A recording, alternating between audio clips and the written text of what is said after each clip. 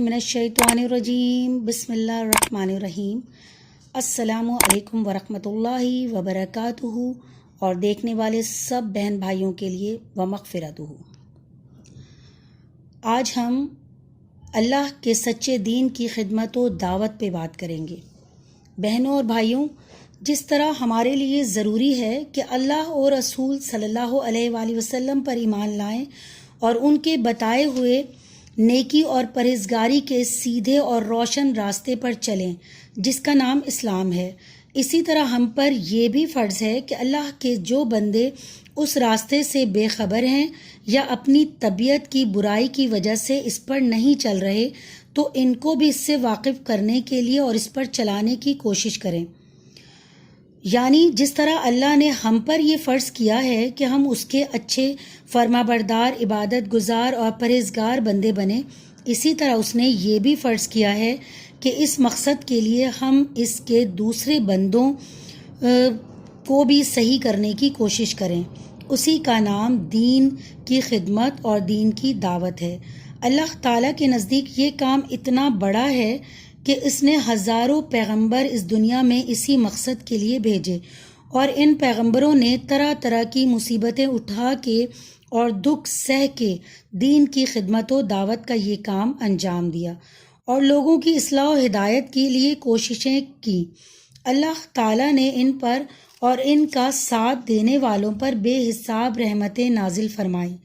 پیغمبری کا یہ سلسلہ خدا کے آخری پیغمبر حضرت محمد صلی اللہ علیہ وآلہ وسلم پر ختم ہو گیا، اور اللہ تعالیٰ نے انہی کے ذریعے اپنے اس خاص فیصلے کا اعلان بھی کرایا کہ دین کی تعلیم و دعوت اور لوگوں کی اصلاح و ہدایت کے لیے آئندہ اب کوئی نیا پیغمبر نہیں بھیجا جائے گا، بلکہ اب قیامت تک یہ کام انہی لوگوں کو کرنا ہوگا جو حضرت محمد صلی اللہ علیہ وآلہ وسلم کے لائے ہوئے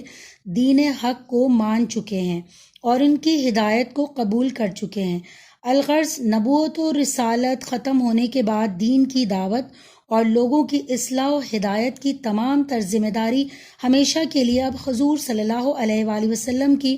امت کے سپرد کر دی گئی ہے، اور دراصل اس امت کی یہ بہت بڑی فضیلت ہے، بلکہ قرآن شریف میں اسی کام اور اسی خدمت و دعوت کو اس امت کے وجود کا مقصد بتایا گیا ہے، گویا کہ یہ امت پیدا ہی اس کام کے لیے کی گئی ہے۔ ارشاد باری تعالیٰ ہے، اے امت محمد صلی اللہ علیہ وآلہ وسلم، تم ہو وہ بہترین جماعت جو اس دنیا میں لائی گئی ہے انسانوں کی اصلاح کے لیے۔ تم کہتے ہو نیکی کو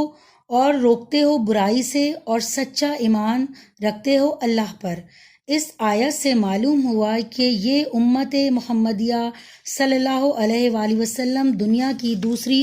امتوں اور جماعتوں میں اسی لحاظ سے ممتاز اور افضل تھی کہ خود ایمان اور نیکی کے راستے پر چلنے کے علاوہ دوسروں کو بھی نیکی کے راستے پر چلانے اور برائیوں سے بچانے کی کوشش کرنا اس کی خاص خدمت اور خاص ڈیوٹی تھی، اور اسی لیے اس کو خیر الامات قرار دیا گیا ہے۔ اسی سے یہ بھی معلوم ہو گیا ہے کہ یہ امت اگر دین کی دعوت اور لوگوں کی اصلاح و ہدایت کا یہ فرض ادا نہ کرے تو وہ اس فضیلت کی مستحق نہیں، بلکہ سخت مجرم اور قصوروار ہے کہ اللہ تعالیٰ نے اتنے بڑے کام کی ذمہ داری اس کے سپرد کی اور اس نے اس کو پورا نہ کیا۔ اس کی مثال بالکل ایسی ہی ہے کہ کوئی بادشاہ سپاہیوں کے دستے کو شہر میں اس کام پر مقرر کرے کہ وہ برائیوں اور بدماشیوں کو روکیں، لیکن وہ سپاہی اس خدمت کو انجام نہ دیں بلکہ خود بھی سب اس جرائم اور بدماشیاں کرنے میں لگ جائیں جن کی روک تھام کے لیے بادشاہ نے ان کی ڈیوٹی لگائی ہے، تو ظاہر ہے یہ مجرم سپاہی انعام یا نوکری پانے کے مستحق تو نہیں ہوں گے نا، بلکہ سخت سزا کے قابل ہو جائیں گے، بلکہ اگر ان کو دوسرے مجرموں اور بدماشوں سے زیادہ سزا دی جائے تو بیجا نہ ہوگا۔ افسوس اس وقت اسلامی امت کا یہی حال ہے کہ دین کی خدمت و دعوت اور دنیا کی اصلاح و ہدایت کا کیا ذکر، خود ان میں 10-5% ہی سے زیادہ ایسے نہیں ہوں گے جو صحیح معنوں میں مومن و مسلم ہوں، نیکیاں کرتے ہوئے اور برائیوں سے بچتے ہوں۔ ایسے حالت میں ہمارا سب سے مقدم فرض یہ ہے کہ دین کی دعوت اور اصلاح و ہدایت کا کام سب سے پہلے اس امت میں ان طبقوں میں کیا جائے جو دین و ایمان اور نیکی و پرہیزگاری کے راستے سے دور ہو گئے ہیں۔ اس کی ایک وجہ تو یہ ہے کہ جو لوگ اپنے آپ کو مسلمان کہتے اور کہلاتے ہیں، خواہ ان کی عملی حالت کیسی ہی کیوں ہو، وہ بہرحال ایمان و اسلام کا اقرار کر کے خدا و رسول اور ان کے دین کے ساتھ ایک قسم کا رشتہ اور اس طرح کی خصوصیت پیدا کر چکے ہیں اور اسلامی سوسائٹی اور برادری کے ایک فرد بن چکے ہیں۔ اس واسطے سے ہمارے لیے ان کی اصلاح و تربیت کی فکر بہرحال مقدم ہے۔ جس طرح کی قدرتی طور پر ہر شخص اور اس کی اولاد اور اس کے قریبی رشتہ داروں کی خبر گیری اور دیکھ بھال کی ذمہ داری بنسبت دوسرے لوگوں کے زیادہ ہوتی ہے، اور ایک دوسری وجہ یہ بھی ہے دنیا کے عام لوگ مسلمانوں کی موجودہ حالت کو دیکھتے ہوئے اسلام کی خوبی اور بہتری کو کبھی نہیں سمجھ سکتے، بلکہ الٹے اس سے متنفر اور بیزار ہوتے ہیں۔ ہمیشہ سے عام لوگوں کا یہی طریقہ رہا ہے اور اب بھی یہی طریقہ ہے۔ کسی دین کو ماننے والوں کی حالت اور ان کے اعمال و اخلاق دیکھ کر ہی اس دین کے متعلق اچھی یا برائی رائے قائم کی جاتی ہے۔ جس زمانے تک عام طور سے سچے مسلمان ہوتے تھے اور پوری طرح اسلام کے احکام پر چلتے تھے، دنیا کے لوگ صرف ان کو دیکھ دیکھ کر اسلام کے گرویدہ ہوتے تھے، اور علاقے کے علاقے اور قومیں کے قومیں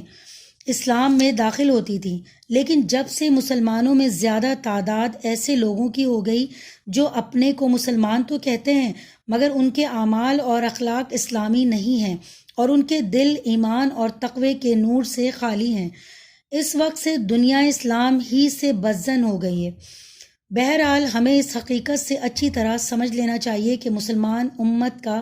طرز زندگی اور مسلمان قوم کی عملی حالت ہی اسلام کے حق میں سب سے بڑی شہادت اور گواہی ہے،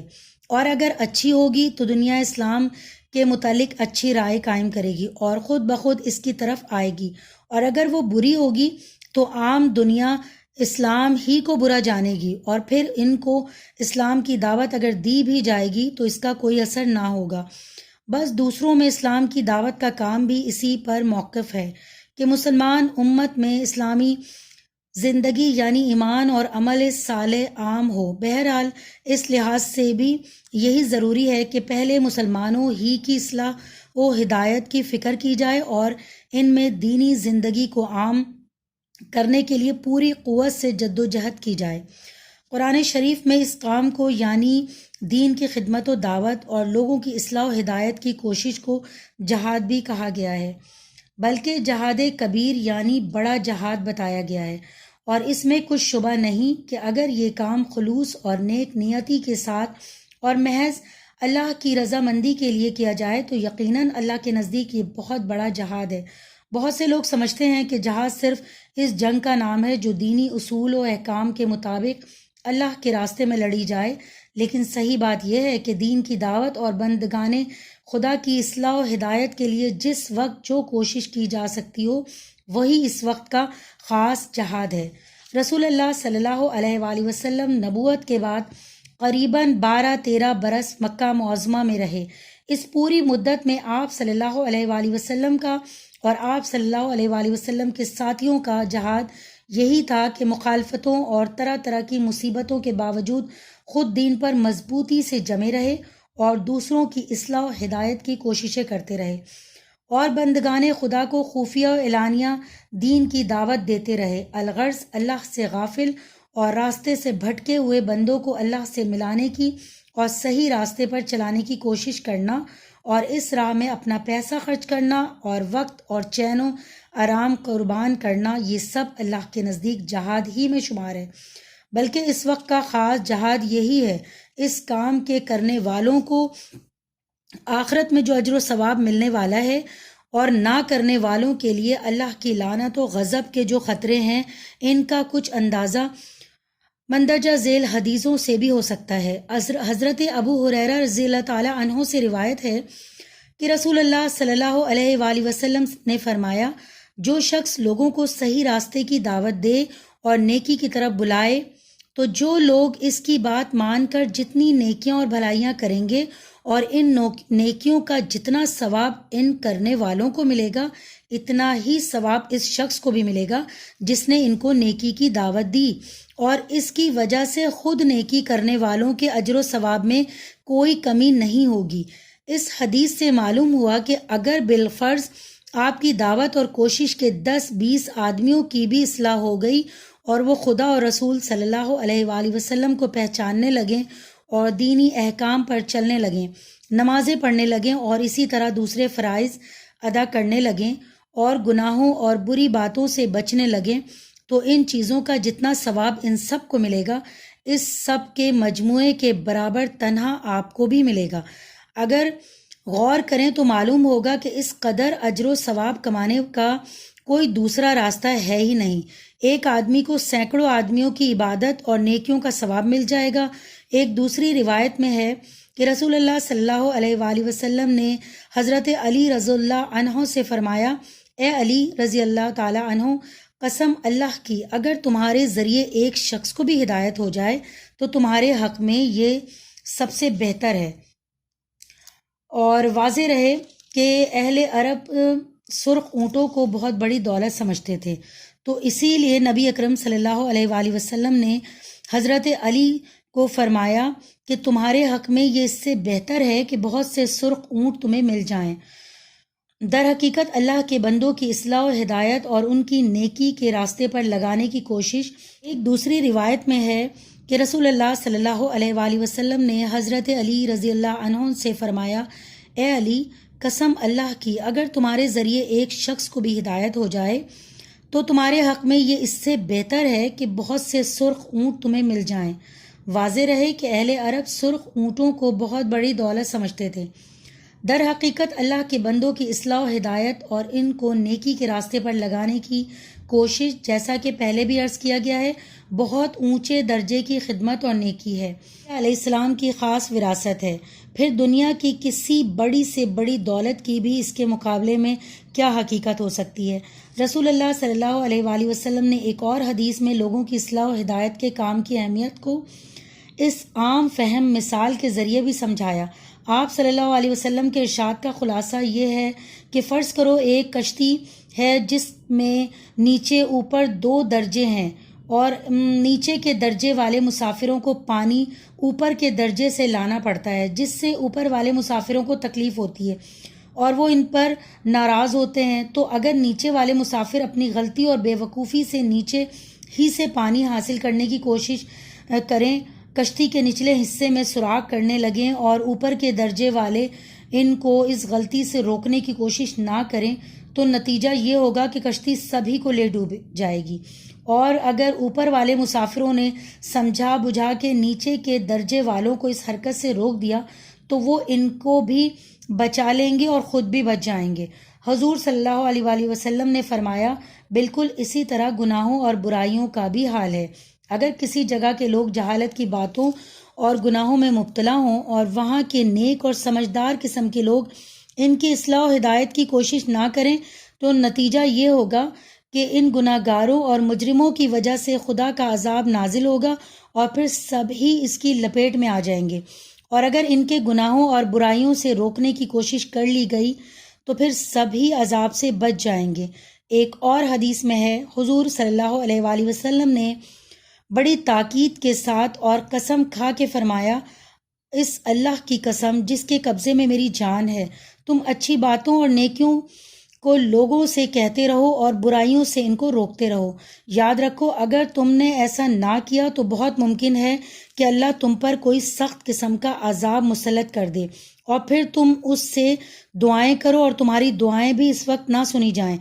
بہنوں،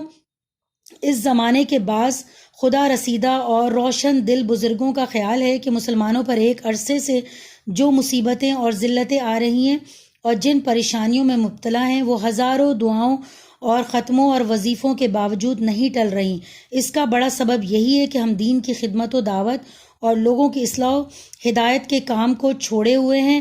جس کے لیے ہم پیدا کیے گئے ہیں، اور ختم نبوت کے بعد جس کہ ہم پورے ذمہ دار بنائے گئے تھے اور دنیا کا بھی ایسا ہی قانون ہے کہ جو سپاہی اپنی خاص ڈیوٹی ادا نہ کرے اس کو معطل کر دیا جائے اور بادشاہ جو سزا اس کے لیے مناسب سمجھتا ہو وہ دے۔ آؤ آئندہ کے لیے اس فرض اور اس ڈیوٹی کو انجام دینے کا ہم سب عہد کریں۔ اللہ تعالی ہمارا مددگار ہو اور اس کا وعدہ بھی یہی ہے۔ اللہ ان لوگوں کو ضرور مدد کرے گا جو اس کے دین کی مدد کریں گے۔ اگر آپ کو میری یہ ویڈیو پسند آئی ہو تو پلیز میرے چینل کو لائک کریں، سبسکرائب کریں اور زیادہ سے زیادہ شیئر کریں صدقہ جاریہ سمجھ کے، اور بیل کے بٹن کو پریس کریں تاکہ میری ہر آنے والی ویڈیو کا نوٹیفیکیشن آپ کو مل سکے۔ شکریہ۔